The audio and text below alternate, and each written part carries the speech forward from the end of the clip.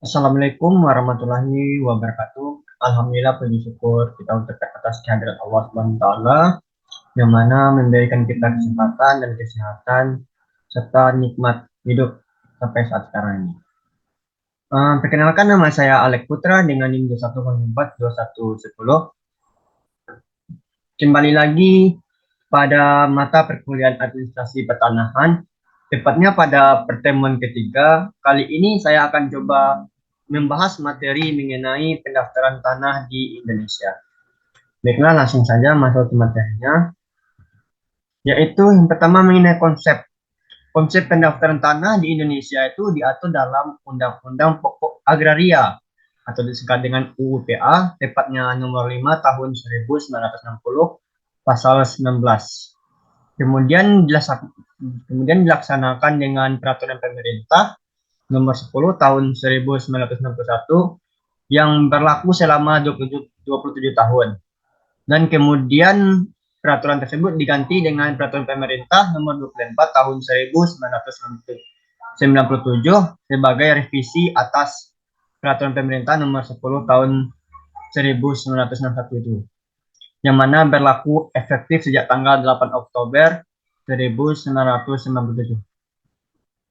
Kedua, peraturan ini merupakan bentuk pelaksanaan dari pendaftaran tanah dalam rangka Kadaster atau pendaftaran tanah yang bertujuan untuk memberikan perlindungan dan kepastian hukum kepada pemegang hak atas tanah. Yang kedua yaitu kata kadaster itu sendiri berasal dari bahasa Prancis yaitu cadastro, dan dalam bahasa Italia yaitu catastro. Sementara dalam bahasa Jerman yaitu kataster. Sedangkan dalam bahasa Latin sendiri yaitu capitastrum. Nah, asal-usul pelaksanaan kadaster itu yaitu capitastrum itu, yang mana dalam bahasa Latin itu sendiri yang berarti suatu daftar umum di mana nilai serta sifat-sifat dari benda tetap diuraikan. Pada masa Romawi kuno, pembuatan daftar tersebut atau capitastrum itu adalah untuk kepentingan pengumpulan pajak atau capotatio terens.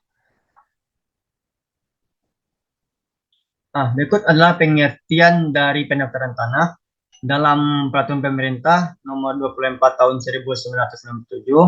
Pendaftaran tanah itu yaitu serangkaian kegiatan yang dilakukan oleh pemerintah secara terus-menerus, berkesinambungan dan teratur, yang meliputi pengumpulan, pengolahan, pembukuan, dan penyajian serta pemeliharaan data fisik dan data yuridis dalam bentuk peta dan daftar mengenai bidang-bidang tanah dan satuan-satuan rumah susun, termasuk pemberian surat tanda bukti haknya bagi bidang-bidang tanah yang sudah ada haknya, dan hak milik atas satuan rumah susun serta hak tertentu yang membebaninya.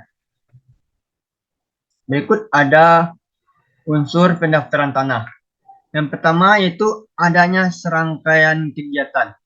Nah, maksudnya di sini ada serangkaian kegiatan itu di mana dalam pendaftaran tanah tersebut tentu adanya serangkaian kegiatan yang dilakukan, terutama oleh pemerintah sendiri.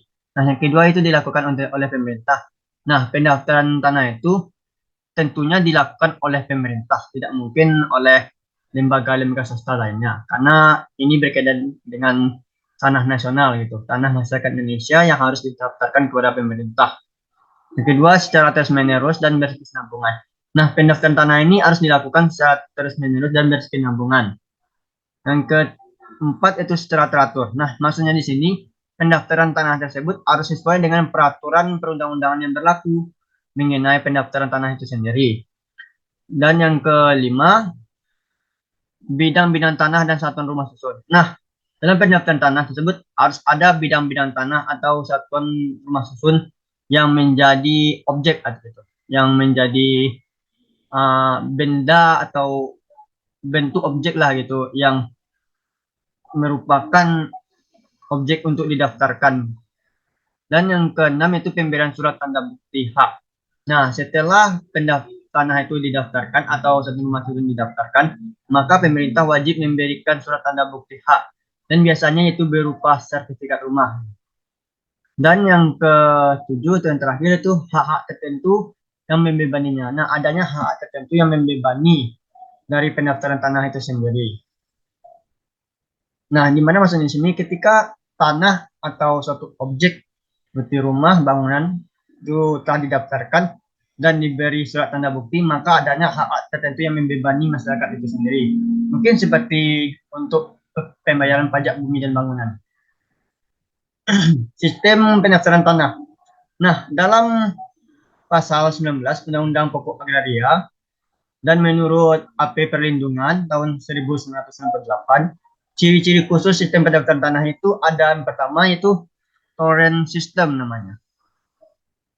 Nah, torrent system ini maksudnya yaitu di mana sistem di Indonesia itu berlakunya Undang-Undang Pokok Agraria nomor 10 tahun 1961 yang kemudian diubah menjadi peraturan pemerintah nomor 24 tahun 1997 yang mana saya sebutkan pada konstitusi awal tadi.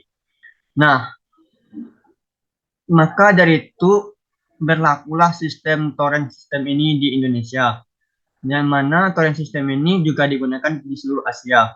Kenapa? Karena torrent system ini selain lebih sederhana, efisien dan murah, dan selalunya dapat diteliti pada akta pejabat siapa yang menandatangani pada akta tersebut gitu, pada surat itu. Dan pula pada sertifikat hak tanah itu terdapat tanda tangan pejabat siapa yang menandatanganinya. Itulah yang dimaksud dengan torrent system. Kedua, asas negatif. Artinya yaitu pendaftaran tanah itu belum tentu seseorang yang tertulis namanya pada sertifikat tanahnya. Ini sebagai pemilik yang mutlak gitu. Jadi seseorang yang terdaftar itu belum tentu sebagai pemilik tanah hak mutlak gitu yang mendaftarkan tanah itu. Yang ketiga itu asas publisitas. Nah, di mana ini berdasarkan pasal 3 Peraturan Pemerintah nomor 24 tahun 1997 itu mengatakan bahwa pendaftaran tanah itu juga menyediakan informasi ketanahan kepada pihak-pihak baik itu pemerintah maupun kepada masyarakat umum. Nah, jadi publisitas ini adanya informasi menyeluruh gitu mengenai pendaftaran tanah. Yang keempat yaitu ada asas spesialitas. Di mana dalam pendaftaran tanah terutama dari segi surat ukur dan jelas sekali karena himpunannya adalah desa disertai pula jalan dan nomor dari jalan tersebut sehingga akan mudah ditelusuri tempatnya tersebut. Nah, jadi asas spesialitas itu adanya spesifik gitu. Adanya unsur-unsur yang jelas dari tanah tersebut di mana keberadaannya. Yang kelima itu ada Res Kadastra. Nah, di mana berdasarkan ketentuan Peraturan Pemerintah nomor 10 tahun 1961 bahwa pendaftaran tanah tersebut hanya untuk pendaftaran hak tersebut tanpa ada lain-lain tujuan. Namun ketika diubah undang-undang diganti dengan Undang-Undang nomor 12 tahun 1985 dan diperbaiki dengan Undang-Undang nomor 12 tahun 1994 dan terakhir dengan Undang-Undang nomor 21 tahun 1997 tentang balik nama, maka kini PPAT dan kantor pertanahan tidak boleh menerima pembuatan akta gitu.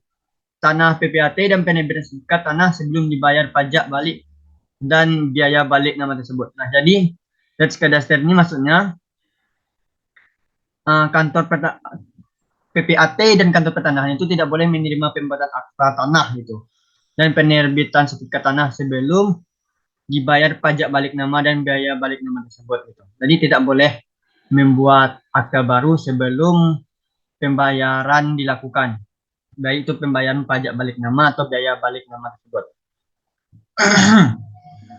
Yang keenam itu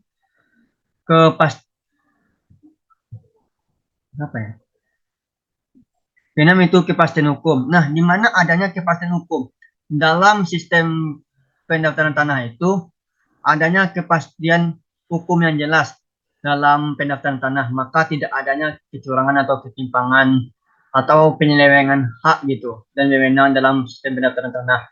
Mungkin seperti dalam mendaftarkan tanah adanya biaya-biaya lain gitu yang dikeluarkan oleh masyarakat yang tidak sesuai dengan prosedur yang ada. Yang ke terakhir atau yang ketujuh yaitu adanya pemastian lembaga. Pemastian lembaga itu maksudnya adanya instansi yang fokus pada bidang pendaftaran tanah itu sendiri. Nah, berikutnya asas pendaftaran tanah. Asas pendaftaran tanah ini dimuat dalam peraturan pemerintah nomor 24 tahun 1997. Yang pertama yaitu ada asas sederhana. Dan dalam pendaftaran tanah itu dimaksudkan agar ketentuan-ketentuan pokoknya maupun prosedurnya dapat dilakukan dengan mudah dan dapat dipahami oleh pihak-pihak yang berkepentingan, terutama hak atas tanah. Jadi asas sederhana ini maksudnya dalam pendaftaran tanah itu harus dapat dipahami dengan mudah gitu oleh masyarakat yang ingin mendaftarkan tanahnya. Yang kedua, asas aman. Nah, ini menunjukkan bahwa pendaftaran tanah diselenggarakan oleh pemerintah itu dilakukan secara teliti dan cermat sehingga hasilnya dapat pemberian jaminan dan kepastian hukum sesuai dengan tujuan pendaftaran tanah ini. Yang ketiga itu ada asas keterjangkauan, maksudnya bagi adanya keterjangkauan bagi pihak-pihak yang memerlukan khususnya dengan memperhatikan kebutuhan dan kemampuan golongan ekonomi. Yang dimana di sini pelayanan diberikan dalam rangka penyelenggaraan pendaftaran tanah harus bisa terjangkau oleh pihak-pihak yang memerlukan. Nah, jadi maksudnya dalam pendaftaran tanah ini jangan sampai gitu masyarakat itu merasa terbebani dengan pendaftaran tanah, gitu. Baik itu dari segi biaya ataupun prosedur lainnya. Yang keempat itu asas mutakhir. Dimaksudnya yaitu kelengkapan yang memadai dalam pelaksanaannya dan kesinambungan dalam pemeliharaan datanya. Nah, di sini jadi adanya pelaksanaan yang memadai dan berkesinambungan dalam pemeliharaan data. Nah, jadi di mana data-data tersebut dipelihara oleh pemerintah dengan baik. Yang terakhir itu asas terbuka. Nah, di mana masyarakat dapat memperoleh keterangan mengenai data yang benar setiap saat. Nah, berikutnya itu ada tujuan pendaftaran tanah. Dikutip dari AJTHU Priori tahun 2012, ada dua tujuan pendaftaran tanah yang beliau maksud. Pertama yaitu fiskal kadaster, yaitu pendaftaran tanah dalam rangka pemungutan pajak tanah seperti misalnya pajak bumi atau land rate, Perponding Indonesia, Perponding Eropa, IPEDA, dan PBB. Nah, jadi tujuan dari pendaftaran tanah itu biar ada hak-hak tadi seperti yang saya sebutkan sebelumnya pada sistem. Nah, sehingga adanya pendaftaran tanah itu tujuan agar dalam rangka pemungutan pajak tanah itu lebih mudah gitu. Jadi misalnya ini tanah siapa pemiliknya dan berapa pajak untuk tanah tersebut. Nah, itu lebih mudah dikelompokkan. Dan yang kedua itu legal kadaster atau reg kadaster, yaitu pendaftaran tanah dalam rangka menjamin kepastian hukum dan kepastian hak atas tanah. Nah, tujuan dari pendaftaran tanah itu di mana adanya jaminan kepastian hukum dan kepastian atas hak tanah. Nah, jadi ini tanahnya punya siapa? Jadi jelas gitu orang yang punya tanah itu berdasarkan pendaftaran tanah yang sudah ada dan berdasarkan sertifikat yang diberikan saat pendaftaran tanah dilakukan.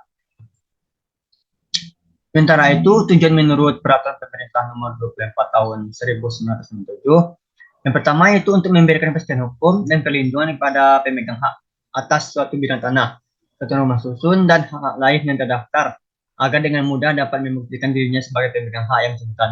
Nah, di sini juga dikatakan berdasarkan peraturan pemerintah bahwasanya tujuannya itu ya itu tadi memberikan kepastian hukum dan perlindungan kepada orang yang berhak itu berhak yang memegang tanah itu yang mempunyai tanah atau rumah gitu. Yang kedua untuk menyediakan informasi kepada pihak-pihak berkepentingan termasuk pemerintah agar dengan mudah dapat memperoleh data yang diperlukan dalam mengadakan perbuatan hukum mengenai bidang-bidang tanah dan susun rumah susun yang sudah terdaftar. Nah, Dan jadi tujuannya di sini juga untuk memudahkan pemerintah dalam menyediakan informasi. Nah, seperti yang saya bilang tadi, nah ini tanah punya siapa, jelas siapa pemiliknya gitu. Jadi tidak ada lagi akan terjadi konflik mengenai pertanahan gitu di dalam lingkungan masyarakat. Nah, yang ketiga itu untuk terselenggaranya tertib administrasi pertanahan. Nah, biar jelas gitu mengenai tertib administrasi pertanahan, maka dibentuklah pendaftaran tanah sehingga diketahui siapa pemiliknya berdasarkan bukti dari sertifikat tanah yang diberikan oleh pemerintah. Berikutnya ada objek pendaftaran tanah.